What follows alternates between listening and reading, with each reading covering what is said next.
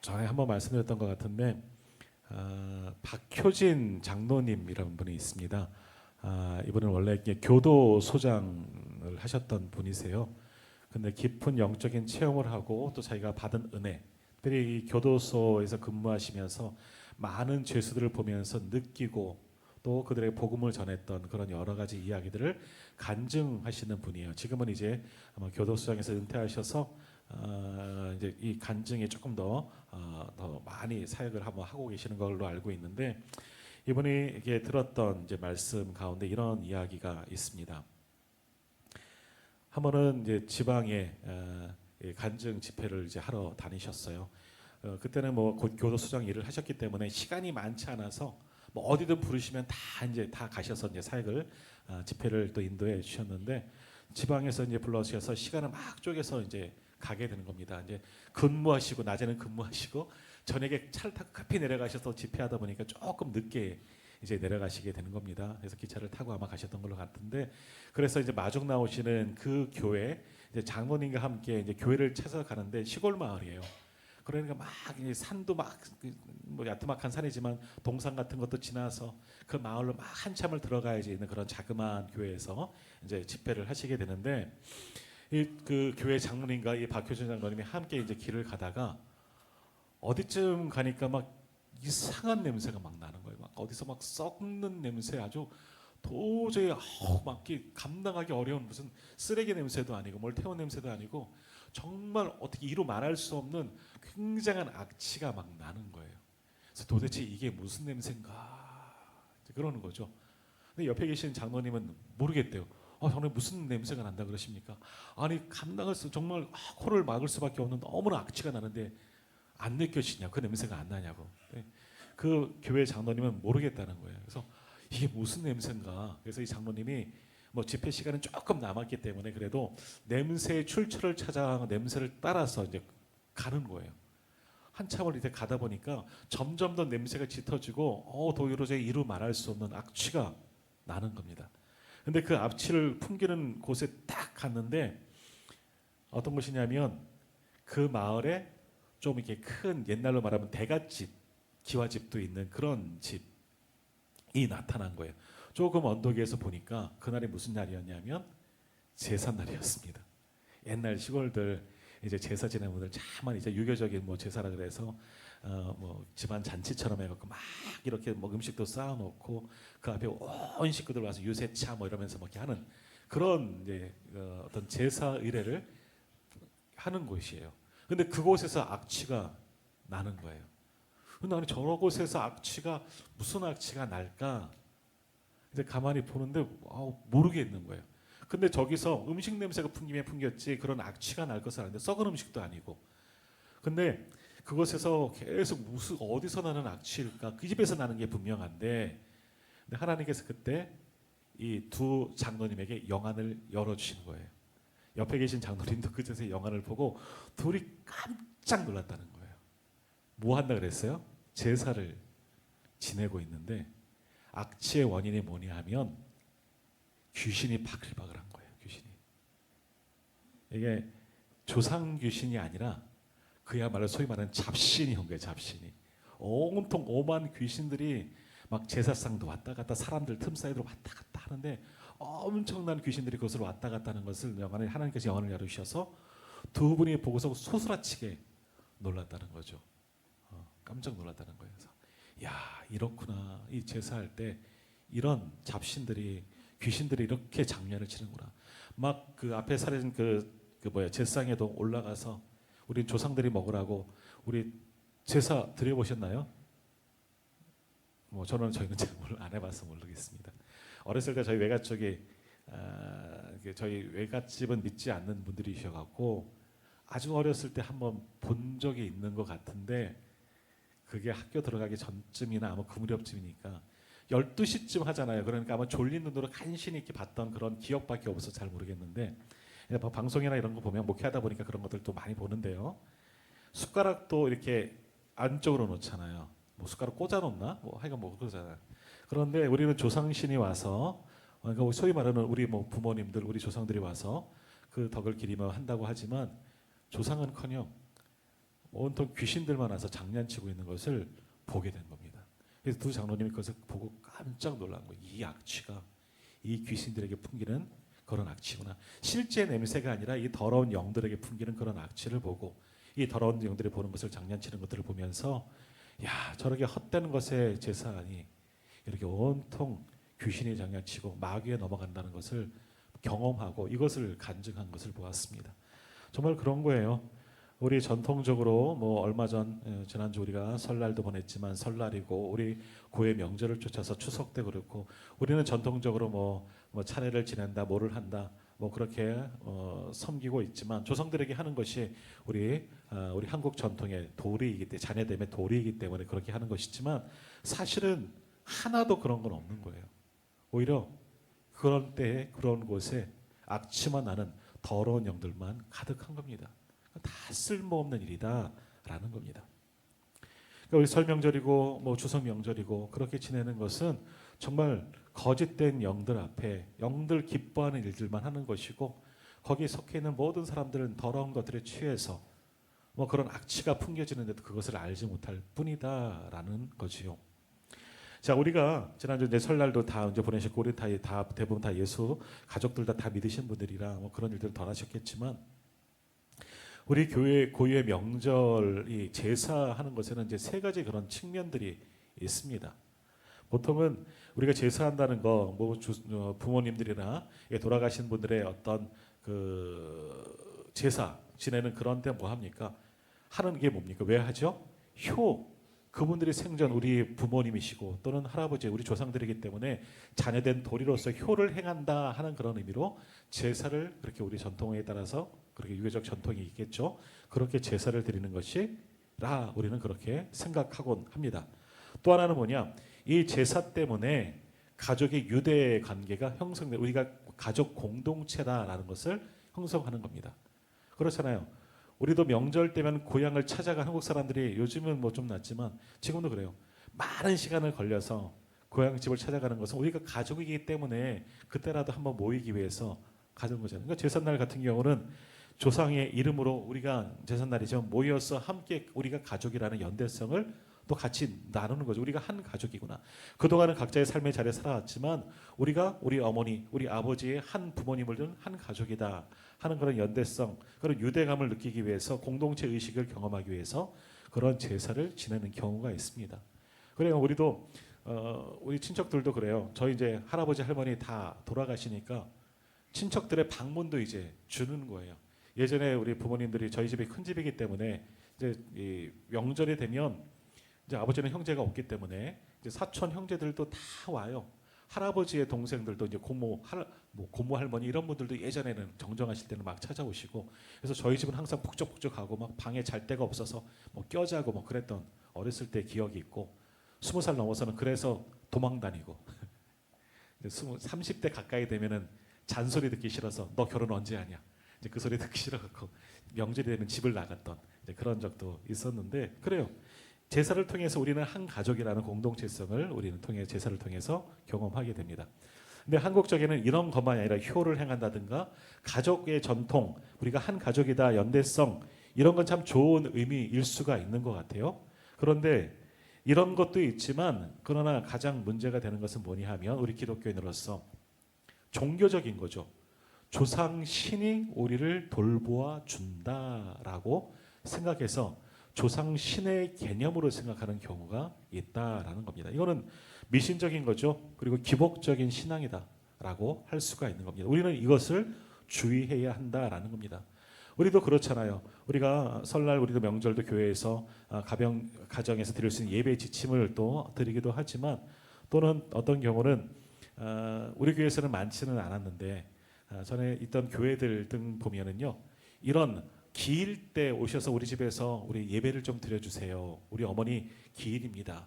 그래서 예배 드리는 경우도 많이 있거든요. 어찌 보면 형식만 다를 뿐이지 제사의 일 개념 아니겠습니까? 물론 그것은 조상 신의 개념이 아니고 그분의 남겨진 그 믿음 우리가 본받자 이제 그런 것들을 기르면서 또 예배하는 것이지만 어찌 보면 비슷한 경우예요. 그러나 그것은 조상 신과는 전혀 상관이 없고 예배하는 것은 누구를 위해서 죽은 자를 위해서가 아니라 남겨진 자들이 이 집안에 먼저 가신 분, 우리 뭐 아버님이든 어머님이든 그분의 믿음을 쫓아서 당신들도 신앙생활 잘해라. 그분들을 기억하시면서 그분들이 신앙을 잘 지키시고 믿음을 잘 지키시고 믿음의 거장으로 믿음의 유산을 남겨주신 것처럼 남겨진 자녀들 신앙생활 똑똑히 하십시오. 그래서 그런 예배의 개념으로 말씀도 항상 그렇게 준비하거든요. 그렇게 가서 함께 예배 드렸던 그런 일들도 있습니다. 그러나 문제는 뭐냐 하면 조상 신으로 생각하는 경우가 있습니다. 그래서 제사를 허투루 준비하거나 뭐 이런 등등을 하면 조상 신이 노예 갖고 뭐 벌을 받는다. 뭐 밑자리도 마찬가지이긴 하지만 막 이런 등등등의 이야기를 하는 경우들이 있습니다. 우리가 정성이 부족했나? 근데 한번 생각해 보십시오. 우리 조상들 우리가 뭐 본받아야 할 경우들도 많이 있고 그러한 부모님이죠. 우리 실제 우리 부모님 같은 경우도 돌아가신 우리 어르신들도 뭐 믿음 생활 잘하신 분도 계시고 때로는 그렇지 않으신 분들도 있고 세상적으로 유명한 분도 계시겠지만 아마 대부분은 그냥 평범하게 사시다가 평범하게 그냥 우리 가족 잘 건사하시고 그렇게 가신 분들이 대부분이실 거예요. 뭐 혹시 모르겠습니다. 제가 다 일일이 알 수 없지만 우리 어르신 중에 뭐 옛날 말로 재상하셨던 분도 계실지는 모르겠지만 한 자리 하시고 뭐 동네에서 뭐 소위 말하는 힘께나 쓰신다 그런 분도 계셨는지는 모르겠지만 대부분 저희 부모님들 아직 생존해 계시지만 저희 할아버지 할머니도 그렇고 그 위에 조상들도 그렇고 특별히 뭐 내세울 만한 것들은 없으신 분입니다. 있었다는 것은 저희 같은 경우는 우리 증조 할아버지가 신앙생활 시작했기 때문에 저희가 계속해서 우리 예린이 예배인까지는 뭐 5대 걸쳐서 이렇게 신앙생활 할 수 있게 만드신 분이니까 그게 참 감사할 뿐이지 세상적으로 보면 그렇게 뛰어나셨던 어른들은 아니에요. 또 동네에서 그래도 인정받으셨던 분들이었긴 하지만 그래도 뭐 누가 알만한 그런 분들은 아니었거든요. 그런데 대부분의 사람들이 그렇습니다. 그런데 많은 사람들이 이제 돌아가신 분을 조상 신의 개념으로 생각해서 어떻게 하느냐? 이렇게 제사를 잘 치르면 우리 조상님들이 뭐라 그러죠? 음덕이라 그러나요? 복을 주요. 음복이라 그러나 음덕이라 그러나 그래서 복을 받는다라고 생각을 합니다. 그래서 여튼 먹고 살 건 없어. 옛날도 그랬잖아요. 지질이 먹을 것도 없는데 제사 때만은 쌀밥에 고기 구워 어떻게든 놀려 그러고 그랬던 일들이 참 많이 있습니다. 지금도 차례를 지내는 분들 보면 제사를 지내는 분들을 보면 때로는 정성을 다해서 그렇게 치르는 분들이 있고요. 전에 한 교회에서 이제 집사님 제가 이제 섬겼던 그 교구 안에 있던 그 집사님 한 분은 신앙생활 잘하는 분들이었어요. 어머니도 그렇고 남편분이 돌아가셔서 이제 그랬는데 남편분이 돌아가시니까 이 아들이 제사를 지내야 된다는 거예요. 교회 다니다가. 그래서 어머니가 야 교회 다니는 사람이 무슨 제사를 드리냐. 처음에는 예배 드리셨어요. 저도 가서 예배 드렸는데 몇 년이 지나서는 이 아들이 제사를 드려야 된다는 거예요. 제사를. 아버지한테 잘해야지. 살았을 때 잘하지. 돌아가신 다음에 잘하려고 그런 거 아니냐고. 근데 그런 분에게는 조상 신이 된 거예요. 그러다 보니까 그 아드님은 신앙을 잃어버렸어요. 교회 출석하지 않으셔요. 그래서 어머니도 이제 맨날 싸우신대요. 뭐, 이번에 또 제사날이 다가와서 우리 아들이랑 맨날 싸운다고 나는 제사상 안 차릴 거다. 맨날 그러시더라고요. 근데 지나고 보면은요, 제사상 차려드리더라고요. 아들이 준비하는 거 못마땅해 갖고 본인이 제사상 차려서 주시는 거. 그걸 왜 차리셨어요? 얘기해도 뭐 아들이 저러고 있는데 어떻게 해요? 뭐 그러면서 제사상을 차려주셨어요. 그분들에게는 하나님을 섬겼지만 조상 신이 되어버린 거죠. 아버지가 조상 신의 개념으로 돼서 그 돌아가신 아버지께 잘해야지 지금 잘 된다는 거예요. 그런 생각이 어느 틈에 자리 잡게 되고 그러다 보니 신앙도 잃어버리는 경우를 보게 되었다 하는 겁니다. 자, 근데 한번 생각해 보십시오. 살아계실 때도 그렇게 영향력이 없으셨던 우리 조상님들인데 다 그런 건 아니지만 세상적으로 아주 뛰어나셨던 분들은 아닌데 죽은 다음에 신이 되셔서 죽은 다음에는 무언가 다 해줄 수 있을까? 어떻게 생각하세요? 정말 그분들이 생존에 계셨을 때는 이름 없는 그냥 보통 평범한 사람이었어요. 근데 그분이 죽었어요. 그러면 그들이 신이 돼갖고 후손들이 그분의 기일날, 제삿날, 제사를 잘 지내고 그분의 이름을 잘 높이면 그분들이 신처럼 정말 우리에게 뭘 막 갖다 줄까? 뭘 줄까요? 뭐 잘 되게 해주고 형통하게 해주고 실제로 그러느냐? 그런가 봐요. 뭐 고개도 안 끄덕거리시는데 그럴 턱이 있겠습니까? 일리 없는 이야기죠. 뭘 도와줘요? 살아계실 때도 그랬는데 죽은 다음에 뭘 할 수 있습니까? 살아계실 때도 부족했는데 힘이 없는데 할 수 있는 것이 한계가 있는데 죽은 다음에는 뭘 할 수 있습니까? 아무것도 할 수 없는 분들이죠. 근데 뭘 그것을 신으로 모시고 아까 처음에 말씀드린 것처럼 이런 거짓 그것을 이용해서 거짓 신들만 이 악한 영들만 귀신들만 잔칫거리가 되는 것이고 귀신들이 사람들을 농락할 뿐이고 우리들은 거기에 속아서 또 무언가를 하고 이래야지만 내가 복을 받는 것 같고 아니에요. 그 영혼이 썩어가는 거죠. 그 영혼이 사단에게 매여져 가는 건데 그것을 알지 못하고 이러한 일들을 하는 거예요. 그래서 지극정성으로 지금은 그래도 지금 시대는 조금 낫지만 아니 어떤 사람들은 지금도 집에서 아마 열심히 다 할걸요. 그런 사람들 분명히 있을 거예요. 이렇게 해야지 우리가 복을 받는다고. 아마 그런 분들은 아마 있을 겁니다. 지금도 여전히. 그러나 그럴 필요도 없고요. 그렇게 한들 정말 그 돌아가신 분들이 뭘 할 수 있겠습니까? 살아있는 우리에게. 물론 그 중에는요. 그렇게 했더니 뭐 돌아가신 아버지가 꿈에 나타나셔서 번호를 불러주더라. 그래서 그 번호대로 로또를 샀더니 뭐가 됐더라. 라고는 얘기하는 분이 있겠지만 모르겠습니다. 아니에요. 그런 거 아니에요.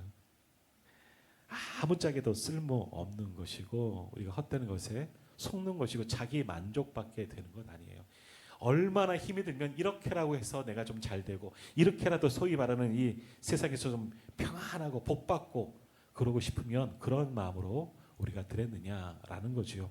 그러니까 예전에도 조선시대에도 양반이 드리는 그런 제사와 일반 평민들이 보통 말하는 상민들이 드리는 제사가 틀린 겁니다.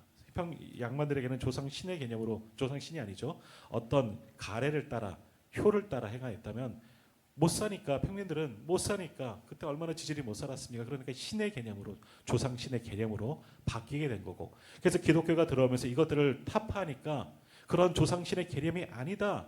신은 오직 살아계신 여호와 하나님 한 분밖에 없다. 하니까 마찰을 일으키게 되고 그러니까 조선시대 때 기독교는 몹쓸 종교다라고 그렇게 핍박을 당한 것 아니겠습니까? 자 그러면 또 다시 우리 교회들에서 성도들 가운데서도 부모님들 길 따라서 예배 드리시는 분도 지금 계셔요. 그죠? 부모님, 아버님 또는 어머님 아니면 할아버지, 할머니 그렇게 길을 따라서 예배하는 거는 그럼 뭔 차이가 있을까 하는 거죠. 아까도 잠깐 말씀드렸지만 이것은 돌아가신 분을 위해서 드리는 예배가 사실은 아니에요. 우리가 기일날 성도들이 그렇게 예배하는 거는요. 돌아가신 분들을 위해서 무언가 어떤 덕을 쌓고 그러기 위해서 예배를 하는 게 아니라 우리를 위해서 예배하는 거예요. 아까도 말씀드렸던 것처럼 그분이 남겨주신 믿음의 유지 우리도 닮아가야지 않느냐. 사실은 우리들 저희 가정만 해도요. 저희 아버지도 장로님이시지만 또 저는 목사고 우리 다 예수 믿고 있지만 우리 증조 할아버지의 신앙을 넘어섰느냐? 그러지 못했을 것 같아요. 저도 목사이지만 우리 증조 할아버지의 신앙을 못 넘어섰을 것 같아요. 그분이 정말 어려운 그 시절에 다 하나님께 예배하고 정말 가정 딱 그런 전통 다 끊어버리고 정말 과감하게 큰 집이잖아요. 하나님 앞에 나아가서 세문안교회 장로님이셨거든요. 그렇게 뭐 서울에 살지도 않는데 세문안교회 장로님이세요. 네, 그렇게 될 수 있었던 게 우리보다 훨씬 믿음이 좋았다는 거거든요. 조금만 더 자랑하면 자기 집을 교회로 내어드렸어요. 자기 사시던 집을 교회로 헌물했어요. 여유가 있어서 돈이 많아서 아니에요. 하나님께 그렇게 하는 것이 은혜이니까. 할 수 있는 대로 하나님께 드리는 거죠. 그분의 믿음을 저도 못 쫓아갔을 것 같아요. 그러니까 그분이 남겨주신 그 믿음의 모습들을 보면서 나도 우리 할아버지처럼 저렇게 신앙생활을 해야 됐구나. 우리를 위해서 우리는 그날 기억해 보는 거죠. 우리의 믿음을 돌아보기 위해서. 그래서 우리가 그렇게 예배하는 건 제사의 개념이 아니에요. 우리의 산자들을 위해서 우리가 어떻게 하면 그분처럼 신앙생활 잘할 수 있을까? 누구처럼 신앙생활 열심히 할 수 있을까? 이제 그러기 위해서 산자들을 위해서 예배하는 것이지 그날을 지키는 것이지 결코 우리는 죽은 자를 위해서 예배할 필요는 없다라는 겁니다. 왜? 조상신이 아니기 때문에. 믿으신 분들은 지금 하나님 나라 가셔서 영원히 살아계시는 것이고 뭐 중보하시겠지만 그러나 이제 더 좋은 거 가셨는데 우리가 그분을 위해서 뭘 쌓을 필요가 뭐가 있겠느냐 하는 거죠. 우리는 그럴 필요는 없어요. 그분의 뜻을 쫓아서 우리도 믿음 생활 잘 하면 되는 거죠. 돌아보고 야, 우리 할아버지가 그렇게 예배 잘 들으셨는데, 그렇게 하나님 잘 믿으셨는데 너희는 뭐하냐? 우리는 왜 이렇게 예배하느냐? 이렇게 신앙생활해서 되겠느냐? 한번 돌아보면서 우리의 모습을 돌아보고 더욱더 열심히 하자는 그런 의미로 예배하는 겁니다. 신앙생활을 돌아보는 거죠. 그것이 믿지 않는 사람들과 우리가 이런 때를 지키는 그런 겁니다. 그러니까 우리가 명절 때도 뭐 조상들을 생각하는 게 아니라 조상 신의 개념을 생각하는 것이 아니라 우리가 정말 믿음 생활 잘하자 함께 모여서 예배하고 그렇게 돌아보는 날들로 삼아야 한다라는 겁니다. 오늘 본문의 말씀 우리가 지난 주에도 우리가 보았지만 나사로 살아난 이야기, 이게 이제 그런 이야기인 거예요. 물론 이 나사로가 죽었다가 살아난 이야기는 예수님이 부활하실 것을 예표되는 사건으로 보여주신 아주 놀라운 사건이라 할 수가 있지만 오늘 이 모든 사건 가운데 동일한 이런 의미가 담겨져 있는 겁니다. 자, 오늘 말씀 다시 한번 우리가 생각해 보겠습니다. 자, 베다니에 우리 1절부터 보았지만 베다니에 한 가족이 있죠. 나사로와 두 여동생 마르다 마리아라는 가정이 있었고 예수님과 굉장히 가까운, 연배도 비슷하게 아마 친구처럼 그렇게 지냈던 사이였고, 또 예수님은 예루살렘에 오시면 이 베다니는 가까우니까 거기서 함께 자주 머물리시고 교제하셨던 그런 가정이었다는 거죠. 근데 나사로가 중병에 걸렸습니다. 정말 생사의 기로에 있어서 그 나사로의 누이들이, 동생들이 예수님에게 급히 전가를 보내죠. 주님, 우리 오빠 좀 고쳐주세요 하고 기별을 보내는 거예요. 근데 그 소식을 들은 예수님의 반응은 어땠느냐? 우리가 다 아시는 것처럼 5절에서 7절 한번 보세요. 5절에서 7절 말씀 제가 한번 읽겠습니다. 예수께서 본래 마르다와 그 동생과 나사로를 사랑하시더니 나사로가 병들었다 함을 들으시고 그 계시던 곳에 이틀을 더 유하시고 그 후에 제자들에게 이르시되 유대로 다시 가자 하시니라고 말씀합니다. 유대로 가자는 것은 예루살렘 그리고 예루살렘 근처 가까운 한 5km 정도 되는 곳에 이 베단이라는 나사로의 집이 있기 때문에 그쪽으로 가자 하는 이야기가 되는 겁니다. 그러니까 마지막 절에 8절에 제자들이 왜 거길 또 가십니까? 유대인데 돌로 치료했는데 왜 죽으러 가십니까? 그래서 뒤에 우리가 다음에 한번 보겠지만 도마 같은 경우는 디도모라는 도마가 우리도 주와 함께 죽으러 가자 뭐 이런 이야기를 하는 거잖아요. 그런 상황이 된 거예요. 근데 오늘 말씀의 제목처럼 나사로가 병들었어요. 정말 가까운 사이예요. 아마 우리도 그렇잖아요. 집안에 또는 우리 친구 가운데 상처 있고 아파하고 이렇게 중병에 걸린 사람들이 있다면 내가 하던 일들을 멈춰놓고 급히 달려가지 않겠습니까? 정말 곧 있으면 운명하실 것 같다는 걸 알면 우리는 한 번이라도 살아계실 때 얼굴이라도 보기 위해서 그래도 급히 달려가는 것이 지금 우리들의 모습일 겁니다. 근데 오늘 예수님을 보십시오. 병들었다 하는 이야기를 들으셨어요. 근데 어떻게 하셨다? 그 계시던 곳에서 이틀을 더 유하시고 그 후에 유대로 가자. 이틀 더 머물고 3일째 유대로 올라가자. 그렇게 이른 아침에 아마 출발하셨던 것 같습니다. 그러면 지금 이 계시던 곳은 어디인가 하는 거죠. 근데 말씀을 보니까 제가 좀 잘못 알고 있었더라고요.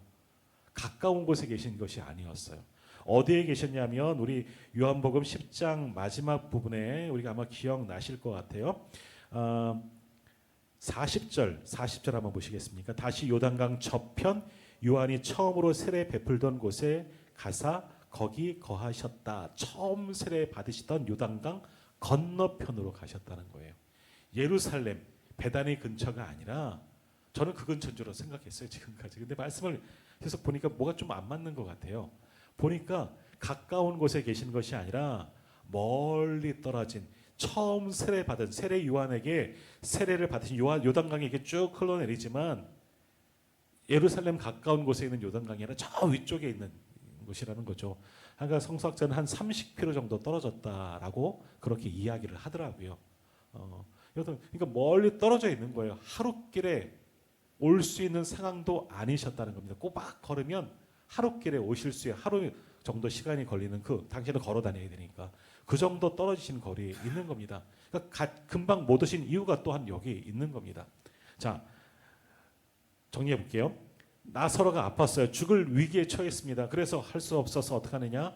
마르다와 마리아가 예수님께 사람을 보낸 겁니다. 우리 오빠가 죽게 되었으니 예수님 좀 와주세요.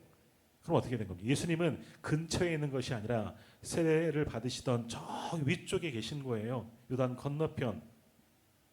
그러니까 이 기별을 절하는 사람이 어떻게 되었느냐? 가는데 하루가 걸린 거예요. 그죠? 그럼 예수님도 급히 온다고 해도 그날 올 수 있는 게 아니라 그 다음날 올 수밖에 없는 상황인 거예요. 예수님을 찾아가 닿더니 하루, 오는데 하루가 일단 이틀이 걸리는 거죠. 그리고 예수님은 근데 그렇게 하지 아니하시고 어떻게 하셨다? 그 이야기를 듣고 이틀을 더 머무르셨다라는 거예요. 그러니까 4일이 걸렸어요. 그래서 어떻게 됐느냐? 39절 한번 보시겠습니까? 39절, 요한복음 11장 39절. 나사로가 죽은 거죠. 39절, 예수께서 이르시되 돌을 옮겨 놓으라 하시니 그 죽은 자의 누이 마르다가 이르되 주여 죽은 지가 나흘이 되었음에 벌써 냄새가 나나이다라는 겁니다. 이미 장사 지낸 거예요. 아마 이스라엘도 3일장, 보통 이게 대부분이 그런 것 같아요. 우리도 3일장부터 보통 대부분 하는 것처럼 나사로도 죽어서 나흘째가 되니까 이미 그들은 이제 동굴 무덤을 만들잖아요. 가정묘 개념으로 했기 때문에 동굴 무덤에다 다 넣은 것이고요. 뭐 향 처리를 한다고 하지만 더운 기후이기 때문에 시신이 금방 부패하는 겁니다.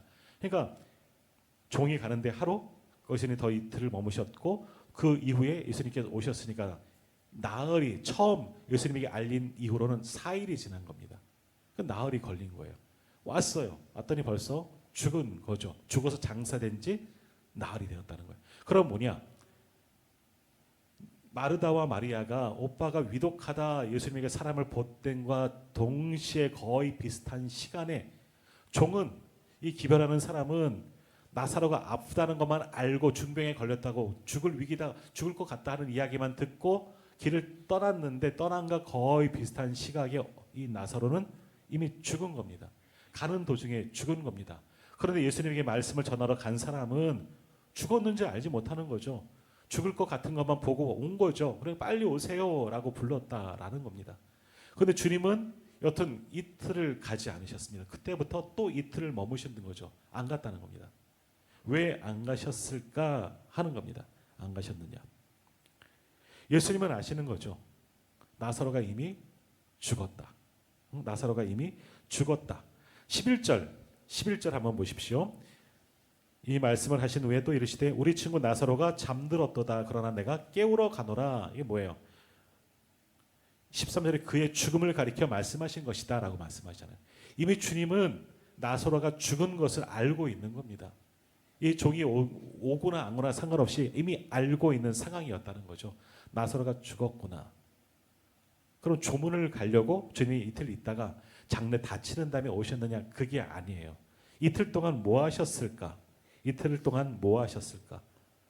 여튼 뭐 나사로가 죽었든 안 죽었든 가까운 사이라면 우리 같으면 가는 게 인지상정이죠.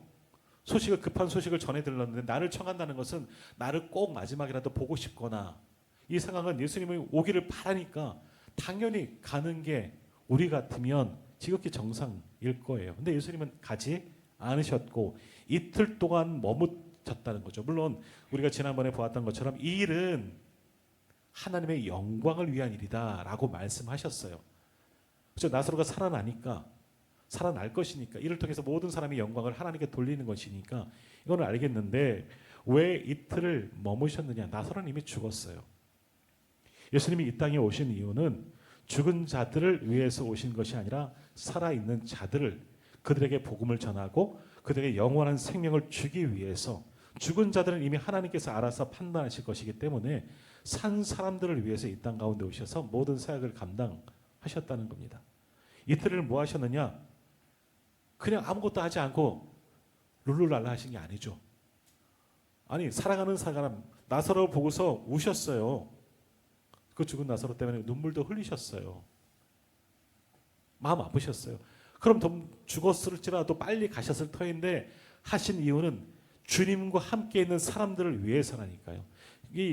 그곳에 있을 때 지금 요단 동편, 요단 건너편에 거기에서도 사람들이 있었어요. 예수님 앞으로 나온 사람들이 있었어요. 10장 42절 보시면 그리하여 거기서 많은 사람이 예수를 믿으니라 라고 말하잖아요. 세례 요한에게 세례를 받은 그 장소에 예수님이 있는 것을 보고 사람들이 또 모여들었고 거기서 많은 사람들이 예수님을 믿었더라라는 말씀이 힌트가 되는 거예요. 이틀 동안 뭐 하셨느냐? 그들과 함께 하신 거예요. 죽은 사람을 위해서가 아니라 살아있는 사람들에게 하나님의 나라를 전하시고 그들을 위해서, 그들을 섬기기 위해서 이틀이 필요했다는 거예요. 그들과 함께 하실 시간이 필요했어요. 빨리 가도 어차피 죽고 늦게 가도 죽은 건 마찬가지니까 주님은 산자들을 위해서 그들에게 더욱더 굳건한 믿음을 주기 위해서 이틀 동안 머무시면서 그들을 위해서 사역을 하셨다는 거죠. 하나님의 나라를 선포하시고 또는 여러 가지 일들, 뭐 성경에는 자세하게 기록되지는 않았지만 병자도 치유했을 것이고 뭐 여러 가지 일들은 아마 하셨을 거예요. 그들을 위해서 살아있는 사람들에게 복음을 증거하기 위해서 이틀을 머무셨던 것이지 때를 기다렸다가 일부러 늦게 가신 것이 결코 아니시다라는 겁니다. 그런 것을 오늘 말씀을 통해서 보게 되는 겁니다. 그러면서 이제 그 사역을 다 마무리하고 그제서야 가시는 거예요. 가는 길이 또 하루길이 걸으니까 종이 하루 오고 이틀 동안 머무셨고 이제 하루 갔더니 나사로가 죽은 지 4일이 되었다. 나흘이 되었다는 겁니다. 동시에 종이 떠난 것과 동시에 거의 비슷한 시기에 나사로가 죽었구나. 아, 그렇구나. 이게 이제 추정이 되는 거죠. 거기서 딱딱딱 맞아 떨어지는 겁니다. 자, 드리고 싶은 말씀은 뭐냐? 예수님은 살아있는 사람들을 위해서 사역을 하신 겁니다. 죽은 이들은 하나님께서 만당하시는 겁니다. 우리 가끔 그런 얘기 하잖아요. 초신자들, 우리도 아마 여쭤보면 그런 질문들을 아마 궁금증이 있으실 터인데 우리는 예수를 믿고 예수님을 영접하고 이미 구원을 받은 줄 믿습니다. 아멘. 다 믿으셨죠? 믿으시죠? 나는 구원 받았어요. 그런데 우리 이전에 사람들은 그럼 어떻게 됐을까? 뭐 멀리 생각하지 마시고 우리 조상들 중에 몇 번만 조금만 올라가셔도 그분들은 복음을 몰라요. 그리고 간혹 그런 분들 있잖아요. 목사님, 이순신 장군은 구원을 받았을까요? 지옥 갔을까요?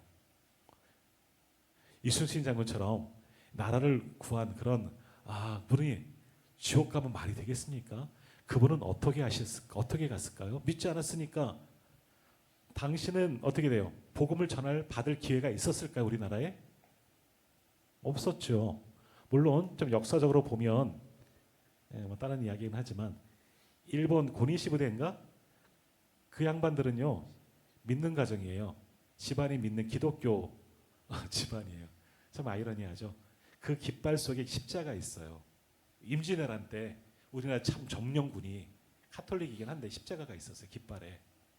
어떤 역사 대하 드라마에 그것을 기록해 놨더라고요. 깃발을 그렇게 만들어 놨다고요. 근데 뭐 차치하고 이순신 장군이 구원을 받았을까요? 아니면 구원 받지 못하고 예수 안 믿었으니까. 아니 믿을 수가 없지. 모르는데. 그럼 지옥 갔을까요? 뭐라고 답해 주실 거예요?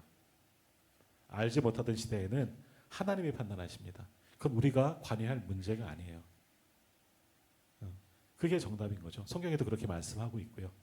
그러니까 우리가 할 것은 예수님도 죽은 사람은 하나님께서 그때 그 상황에 맞춰서 판단하실 것이고 우리가 그것까지 고민할 필요가 없고 우리는 내 믿음으로 구원을 받는 거거든요. 그러니까 내가 있을 때 내가 살아있는 동안에 예수를 믿어야 하는 거고 믿지 않는 이들에게 복음을 전할 것은 우리들의 사명인 거예요. 이들이 믿지 않아서 살아있는 사람들이 믿지 않아서 그들이 죽어서 지옥 가는 건 우리 책임이죠. 그들의 책임도 있겠지만 우리가 복음을 전하지 않았기 때문에 특히 우리 가족들 가운데 우리 배우자나 우리 부모님이나 우리 자녀들아 믿지 않으면 그들이 지옥 가는 건 우리 책임이 될 수가 있는 거예요. 부모님이니까 알아서 장성한 자녀들이니까 알아서 니들이 내 친구들도 그 사람 일은 그 사람 일이지가 아니라 우리가 책임져야 되는 거예요. 그래서 우리는 할 수 있는 대로 복음을 전하고 지난주에 이제 VIP 카드도 또 한번 써보고 올 때까지 쓰는 겁니다. 올 때까지. 어떤 분들은 그래요. 10년 동안 써서 이제 미안해서 못 쓰겠어요. 하나님 앞에 뭐가 미안하세요? 내가 전도하지 못한 게 미안한 거지. 계속 쓰는 거예요. 올 때까지. 그러는 거예요. 우리 책임이에요. 자, 주님이 이틀을 머무신 것은 그거예요. 죽은 나사로 이미 죽은 자예요. 여기를 통해서 이 일을 통해서 하나님이 하실 영광이 분명히 있어요. 예수님 가셔서 그를 부활시켜서 부활의 예수님이 부활할 예표된 사건 그리고 부활에 있다는 것을 보여주기 위해서 다시 살려낼 것이니까 이건 나중 문제고 지금은 살아있는 자들을 위해서 그들을 더 섬기고 그들의 복음을 전하는 것이 더 필요한 거지 지금 도움을 필요로 하는 사람들을 위해서 섬기는 게 더 필요한 거지 죽은 자를 위해서는 아직은 시간이 아니라는 거죠. 그러니 이틀을 더 유하셨다. 왜? 주님께서 죽은 자를 살리고자 이 땅에 오신 것이 아니라 산 자에게 생명을 주고 죽은 자는 하나님께 맡기는 거죠. 그래서 우리가 천주교랑 다른 게 여기에 있습니다. 우리는 이원론적이죠. 이분법이죠. 천국과 지옥이에요. 예수 천당 불신 지옥. 믿으면 천국 아니면 지옥. 딱 이거예요. 근데 천주교는 뭐가 있냐면 중간에 연옥이 있잖아요. 연옥. 연옥이라는 게 있습니다. 죽은 자는 일단 여기를 거쳐요. 그래서 그 사람의 살아있을 때의 공덕, 믿음 이런 것들을 보고 천국에 갈지 지옥에 갈지가 나눠지게 되는 겁니다. 연옥이라는 머무는 곳이 있어요. 그래서 그것을 이용해서 한 짓거리가 뭐냐? 면죄부를 팔았잖아요. 지들이 착취하려고 그랬지만 면죄부를 팔면서 죽은 자를 위해서 이걸 사면 당신도 천국 가지만 죽어 연옥에 있는 우리 너희들 가족들이 천국에 갈 수 있다. 이 일리가 있거든요. 그러니까 없는 돈이라도 해서 그 죽은 자를 위해서 이걸 사는 거예요. 그럴 턱이 있습니까? 카톨릭은 그게 가능했다는 거예요. 천주교는요. 그렇죠. 지금도 그런 거예요. 연옥에서 그분들의 덕을 기르는 거예요. 아니 우리랑 무슨 상관이에요 그게. 자기 믿음으로 하나님 나라 가는 거지 내가 누군가를 위해서. 그럼 마찬가지죠. 우리도 마찬가지예요. 믿지 않는 사람들을 위해서 내가 그냥 그 사람은 교회 안 다니고 예수 믿지 않아도 내가 그 사람의 이름으로 헌금하고 그 사람의 이름으로 뭘 하고 그 사람을 위해서 기도하면 이 사람이 구원받느냐? 아니요. 그렇지 않습니다. 자기 믿음으로 구원받는 거예요. 잘 아셔야 됩니다. 오늘 예수님은 산자를 위해서 이 땅에서 오셨고 살아있는 사람들에게 복음을 듣고 회개하고 구원받게 하는 이 일들을 하셨어요.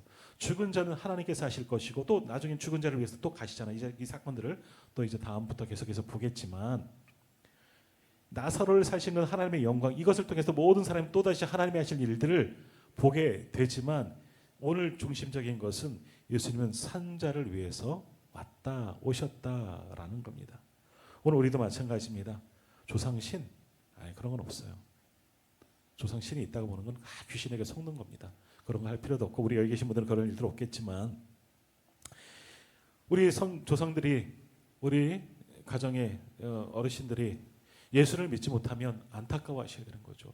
그러면서 우리는 잘 믿어야죠. 우리도 믿음 없는 자가 되어서 정말 하나님의 심판 아래에 있지 않고 내 믿음 잘 지키고 또 우리 가족들 살아있는 자들 그리고 우리 자녀 손들 그들 믿음 생활 잘 할 수 있도록 그걸 잘 감당해야 돼요. 그렇지 않으면 똑같이 죽은 후에 심판받기 기다리지 않거든요.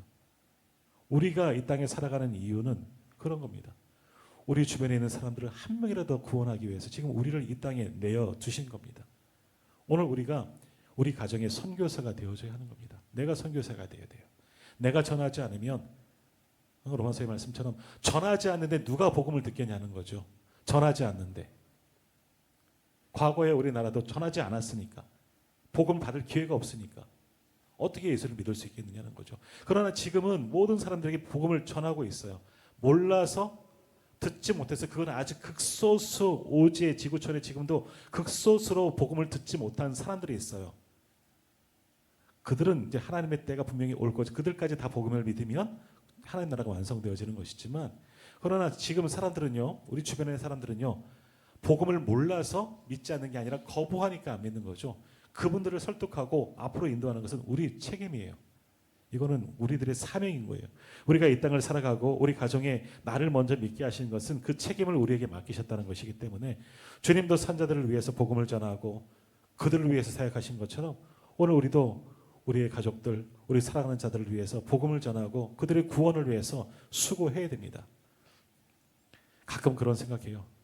너 왜 그 책임 담당하지 않고 하니?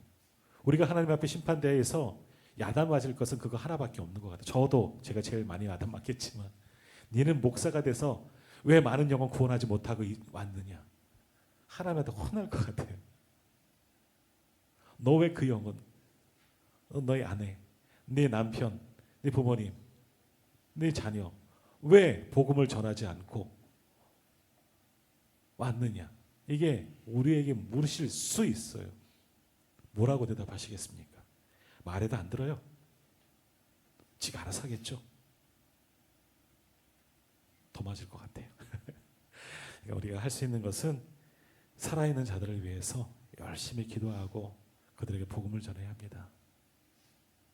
그래서 더 많은 영혼 구원해서 주님 앞으로 인도할 수 있고 그들도 구원받는 일에 쓰임받을 수 있는, 또 그렇게 우리도 사명 감당할 수 있는 저와 우리 모든 성도님들 다 되시기를 간절히 소망합니다. 기도하겠습니다.